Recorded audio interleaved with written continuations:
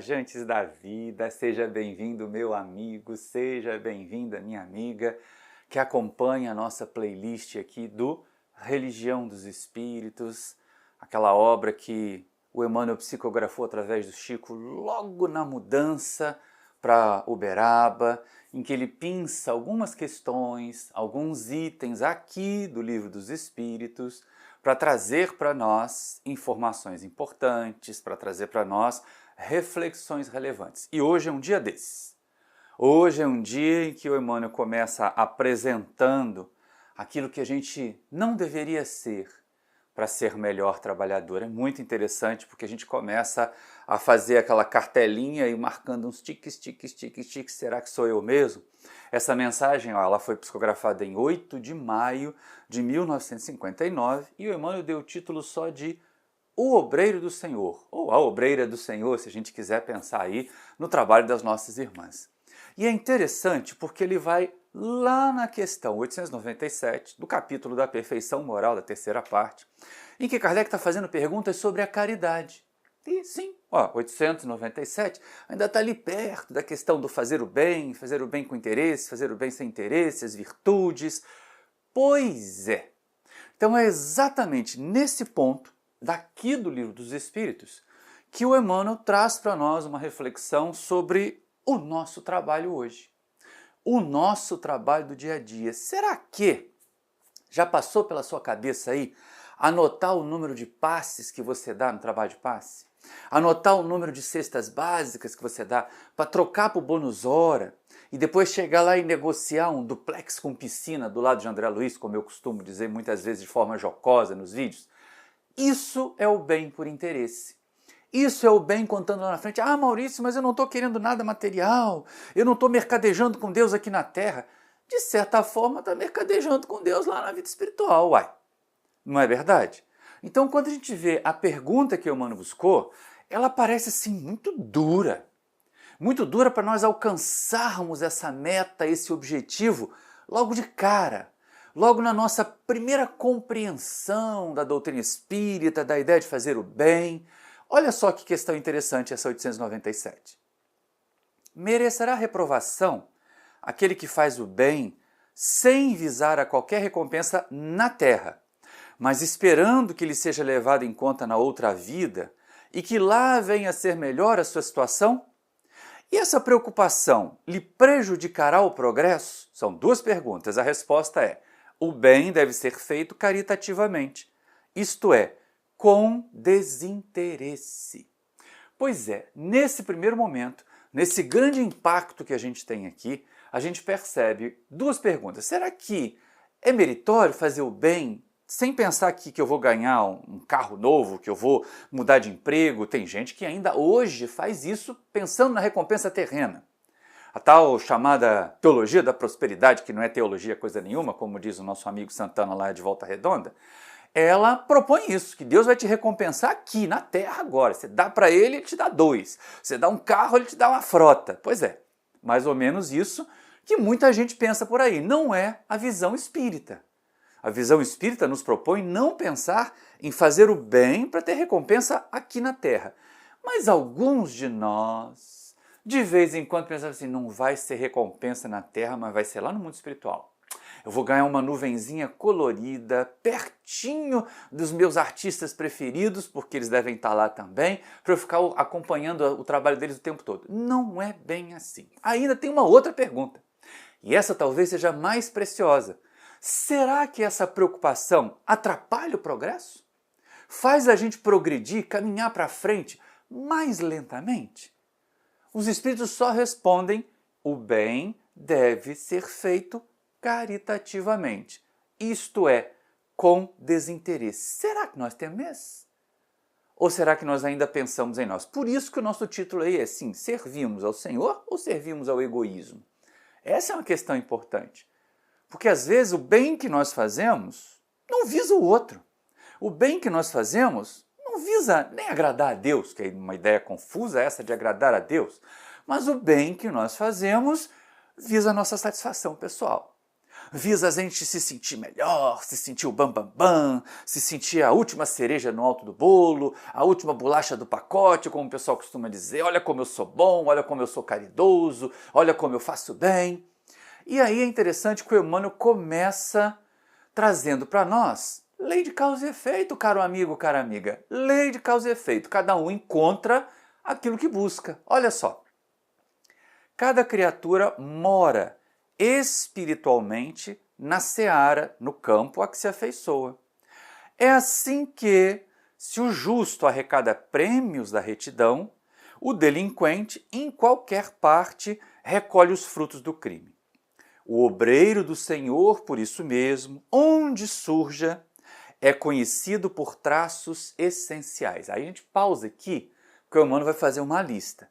Mas vamos olhar primeiro lá em cima. Cada um de nós estagia, né? Os pensamentos circulam, os nossos atos dizem respeito ao campo que nós temos afinidade. Então, se nós ainda somos egoístas, nós vamos estar sempre com um fundinho de interesse pessoal em cada uma das nossas ações. Mesmo que seja aquele sorriso, querido, bem-vindo, bem-vinda, ainda aí vai ser com algum interesse pessoal, porque muitos de nós sorrimos para quem pode nos corresponder, para quem pode nos retribuir, e ignoramos completamente aquele necessitado real, aquela necessitada real, que não tem como nos retribuir coisa alguma, que não tem nada a oferecer em troca da nossa amizade, da nossa atenção, do nosso cuidado, do nosso carinho. E aí, lógico, cada um vai colher, causa e efeito, né? Aquilo que semeou. O generoso, o bondoso, o justo vai recolher o prêmio da retidão. E o criminoso, os prêmios do crime. Mas, pensando em cooperar com Deus, lembra da questão 132 aqui do Livro dos Espíritos? Que nós encarnamos para fazer a parte que nos cabe também na obra da criação, ou seja, para cooperar com Deus, para dar uma mãozinha nessa obra da criação, quer dizer, Deus confia que a gente é capaz. E aí tem essa proposta. E aí o servidor do Senhor está um patamar acima desse que apenas vive, desse que apenas satisfaz os interesses. Mas ele precisa de características, de traços essenciais. Quais são esses? Emmanuel vai apresentar uma lista enorme, a gente vai mais devagarinho nelas, até para poder fazer algumas considerações, embora não exijam discursos muito longos. Mas veja só que coisa interessante. O que o servidor do Senhor, a servidora do Senhor, não traz de características negativas? Vamos com Emmanuel. Não cogita do próprio interesse. Bom, isso está de acordo lá com o texto. Não exige cooperação para fazer o bem. Não cria problemas, não suspeita mal, não cobra tributos de gratidão, não arma ciladas, não converte o serviço em fardo insuportável nos ombros do companheiro. Gente, é uma lista de nãos, é chato quando a gente vê um monte de nãos, né? Mas assim, pensa na virtude oposta a isso. Ali estão os erros, ali estão os vícios. O servidor bom, o bom cooperador, a boa cooperadora na obra de Deus, tem o oposto disso. Então, assim, não cogita do próprio interesse. Isso está dito lá na questão 897. Né? Caridade desinteressada. Tá? Não vamos pensar em nós, é combate ao egoísmo de cara. Mas, ó, não exige cooperação para fazer o bem. Tem uns de nós assim, eu vou, mas tão sozinho, tá muito chato fazer isso sozinho, acho que eu vou parar, vou desistir. Porque fica esperando que os outros venham juntar forças conosco. Quando, na verdade, cada trabalho no bem que nós fazemos diz respeito à nossa evolução. E o que o outro faz e o que a outra faz diz respeito a deles. Então a gente tem que ter mais cuidado em relação a isso. Não cria problema. De vez em quando nós somos a pedra no sapato. Não vou não porque está faltando microfone. E não vou não porque aquela casa não tem ar-condicionado. E não vou colaborar naquela distribuição de alimentos para famílias mais necessitadas porque as pessoas são muito barulhentas. Criamos problemas. Criamos problemas para servir. Ou então, não suspeita mal. Já pensou que de vez em quando a gente pensa assim, aquele fulaninho lá está fazendo tanta caridade, está se mobilizando tanto, deve ter algum interesse, vai se candidatar a algum cargo político? Muitos de nós ficamos assim, pensamos na segunda intenção que os outros teriam, quando na verdade seria uma segunda intenção nossa. Se nós estivéssemos no lugar dele, talvez passasse pela nossa cabeça esse interesse mesquinho secundário. Não cobra tributo de gratidão, não fique esperando lá que o pobre que ajudou venha agradecer. que a pessoa que auxiliamos venha colocar nas redes sociais: muito obrigado, fulano de tal, pelo bem que você me fez. Isso a pessoa que verdadeiramente serve não está preocupada em receber. Não armas ciladas, de vez em quando fazemos isso, né? Para mostrar as falhas dos outros, a gente quer se mostrar muito bom, porque assim a gente destaca as falhas dos outros. E principalmente, não converte o serviço em fardo nos ombros dos outros, porque de vez em quando nós somos ótimos para ter boas ideias para os outros executarem, né? Eu tinha que ser assim, o trabalho tem que ser desse jeito, vai lá fulano, faz aí. E a gente fica só no bem bom, só aqui esperando que aquilo seja feito. Mas o Emmanuel prossegue, tem mais nessa lista aí. E olha só como é que ele vai apresentar para nós mais algumas características que a gente precisa vencer. Não transforma a verdade em lâmina de fogo no peito dos semelhantes. Não reclama a santidade nos outros para ser útil. Não fiscaliza o vintém que dá. Não expia os erros do próximo. Não promove o exame das consciências alheias. E não se cansa de auxiliar. Então, mais uma vez, de vez em quando, assim, eu só estou sendo autêntico, eu só estou sendo verdadeiro. E essa verdade é uma pedrada. A verdade precisa ser dita. Mas como ela vai ser dita? Assim? Como lâmina de fogo? Para humilhar as pessoas? Ou de uma forma que faça as pessoas refletirem de que elas precisam agir melhor? Não reclama santidade. Nesse grupo aí eu não trabalho porque a fulana lá ainda bebe muito. Porque o Beltrano ali ainda fuma. E a gente não quer se misturar com os impuros, achando que a gente é muito puro, né? Não fiscaliza o vintém que dá de vez em quando. Vou dar dinheiro para esse cara não, que ele vai comprar bebida em vez de comprar comida. Não é verdade? Não espia os erros do próximo, porque de vez em quando nós somos excelentes fiscais das imperfeições alheias, para que as nossas até não sejam vistas, né? Então a gente fiscaliza, normalmente dá publicidade a essas imperfeições dos outros, para que pessoas olharem para os erros dos outros, é o que o pessoal chama de cortina de fumaça, né? A gente cria uma cortina de fumaça, inventa um factoide para poder os outros olharem para o outro lado e não ficarem olhando para nós. Não promove exame das consciências alheias. A gente só pode examinar a nossa própria. Vai lá na questão 919A, vê o que o Agostinho propõe para nós, faz essa análise todos os dias.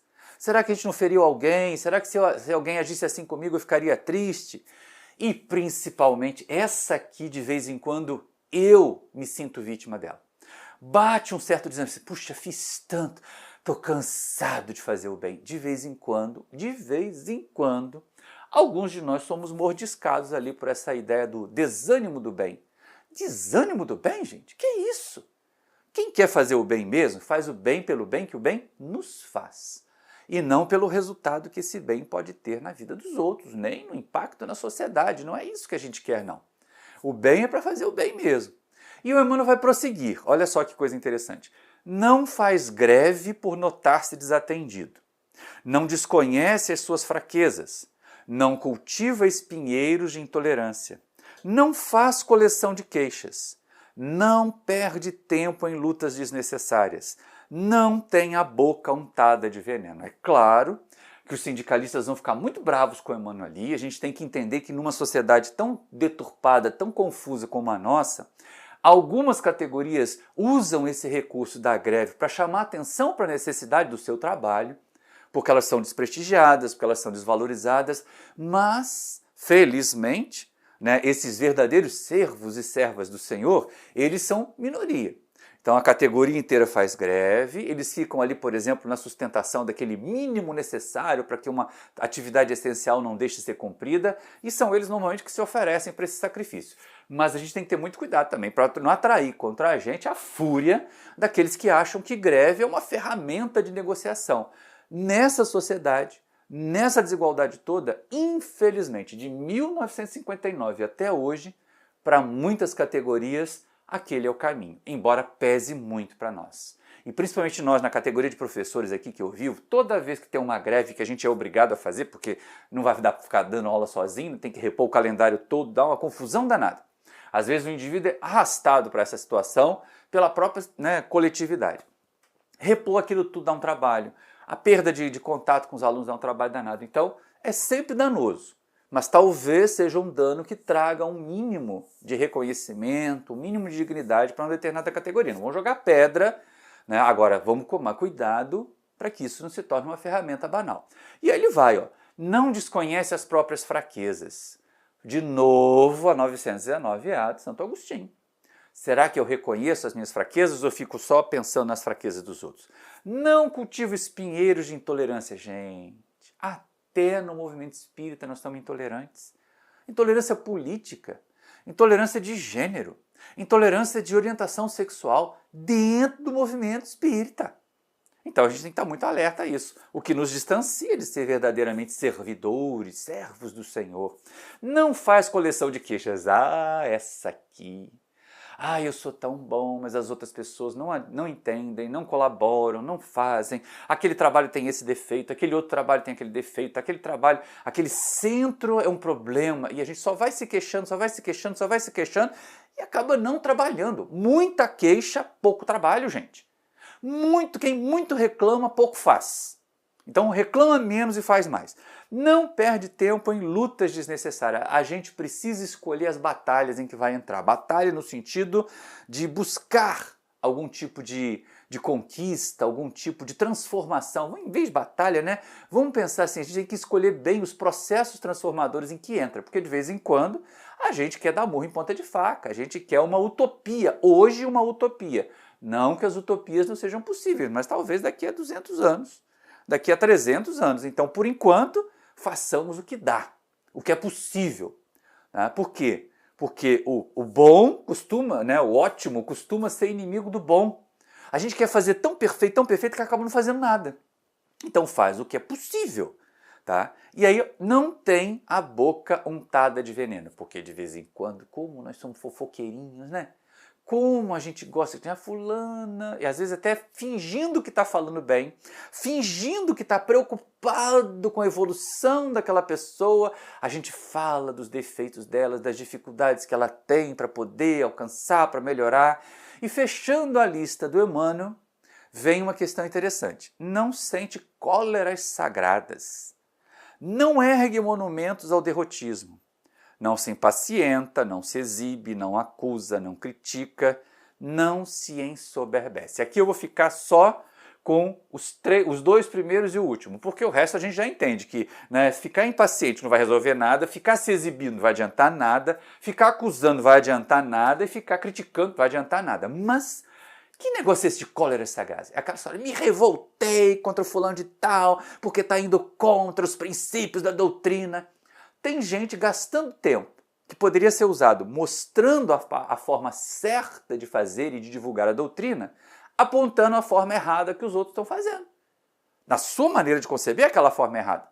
Mas quem garante que é mesmo? Então, não ergue monumentos ao derrotismo. Não vai dar certo. Faz me lembrar aquela hiena da época da minha infância. Ó dia, ó vida, ó azar. Que estava sempre pessimista. Que estava sempre achando que não vai dar certo. Assim, vamos propor o trabalho aqui, vamos iniciar uma reunião nova de estudo. E nesse dia não vai ter público porque tem outras casas concorrendo. E nesse dia é dia de jogo, normalmente do Campeonato Brasileiro, as pessoas nem vão vir ao centro na quarta-feira para participar de uma reunião de estudos. Oh, meu Deus, são os derrotistas a priori. E não se ensoberbece, não se acha melhor do que os outros. Essa é a questão. Aí a gente pode pensar assim, meu Deus, eu devo ter ticado pelo menos uns 5, 6 dessa lista do Emmanuel, que não é bom fazer. Será que eu não sou servidor do Senhor? Será que eu não sou daqueles que podem ser considerados que vão progredir, que estão fazendo bem corretamente? Aí o Kardec, pensando na resposta que o Espírito deu lá na questão 897 do Livro dos Espíritos, tentou dar uma abrandada.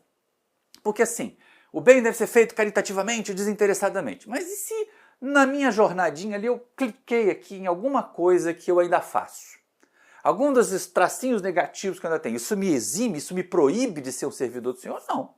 Eu só não vou ser o tão eficiente quanto. Eu só não vou ser o tão bom quanto.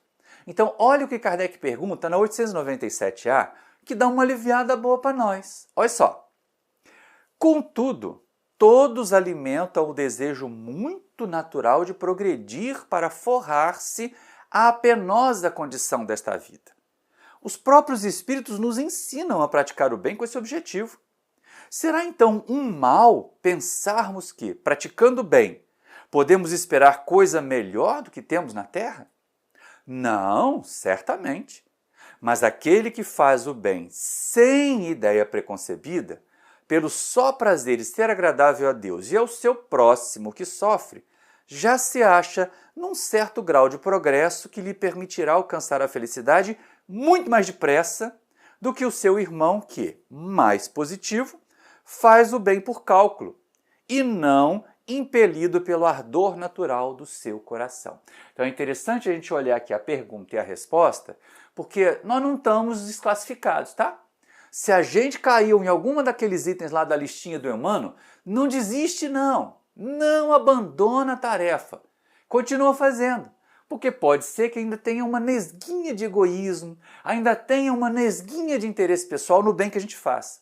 Mas de tanto fazer e de tanto experimentar a satisfação, a alegria, o contentamento que isso traz para nós, a gente pode realmente alcançar a virtude verdadeira. Enquanto a gente treina, não é? A disciplina antecede a espontaneidade, como o próprio Emmanuel diz na sua obra, a gente começa a perceber que assim, eu posso não ir tão mais depressa, mas você reparou que ele não diz que não vai? Né? O que vai por desinteresse vai mais depressa para a felicidade, mas o que vai por interesse vai ali, né? Tá indo, tá a caminho, até a hora que ele aprenda que fazer por desinteresse é bom, é legal. Então, o que a gente não pode, o que a gente não deveria fazer é só ter interesse, é só fazer por interesse. E pior, destruir o trabalho dos outros para que o nosso tenha destaque. Olha como o Emmanuel finaliza esse capítulo para a gente poder finalizar nossas reflexões. Entretanto, frequentemente aparece na seara divina quem condene os outros e iluda-se a si mesmo, supondo-se na posse de imaginária dominação. O obreiro do Senhor, todavia, encarnado ou desencarnado, em qualquer senda de educação e em qualquer campo religioso, segue à frente, ajudando e compreendendo, perdoando e servindo, para cumprir-lhe a do Senhor a vontade em tudo, a sacrossanta vontade. Então é interessante a gente estar atento a isso. Que cada um de nós não se coloque na posição de que eu sou superior, de que eu tenho um trabalho mais importante que o dos outros. Não, cara pálida, baixa a bola aí. Não é bem assim. Né? Que a gente não seja daqueles ali, ó, que acaba criando problema no trabalho do bem porque se acha melhor do que os outros. E como servidor, está sempre compreendendo, perdoando, servindo, né, ajudando para poder cumprir a vontade de Deus, que é o progresso de todos, que é a felicidade de todos, que é a harmonia e a paz para todos nós. Então não se aflija, meu amigo, não se aflija, minha amiga, se nós caímos em algumas negativas daquela listinha lá do Emmanuel. A ideia é trabalhar para não cair. Agora que a gente sabe que tem uma lista que a gente tem que limpar, vamos ver quais são os quesitos em que a gente ainda fracassa e fortalecer o embate ali para não fracassar de novo. Mas entendendo que o melhor caminho para o progresso é o serviço no bem. Espero que você tenha gostado dessas reflexões, espero que o Emmanuel tenha te trazido contentamento aqui, que o Livro dos Espíritos te leve a estudar cada vez mais a doutrina, mas a vivenciar. Espiritismo não é uma doutrina para ser apenas conhecida, precisa ser vivida. E se você gostou e gostaria de compartilhar, pega o link e manda para os seus amigos, para os seus conhecidos e conhecidas, para me ajudar a levar essa mensagem de amor da doutrina do Emmanuel mais longe. Se não é inscrito no canal, se inscreva, acione o sininho para receber as notificações. Se gostou, deixa um like, se não gostou, pode deixar o dedinho para baixo aí e comenta, diz por que gostou, por que não gostou, assim eu fico sabendo se está valendo a pena fazer esse trabalho. E tenho recebido alguns retornos bem agradáveis, bem legais. Muito obrigado pela sua atenção, eu fico sempre feliz de poder estar aqui. Gratidão imensa por você estar conosco acompanhando essa playlist e até o próximo vídeo.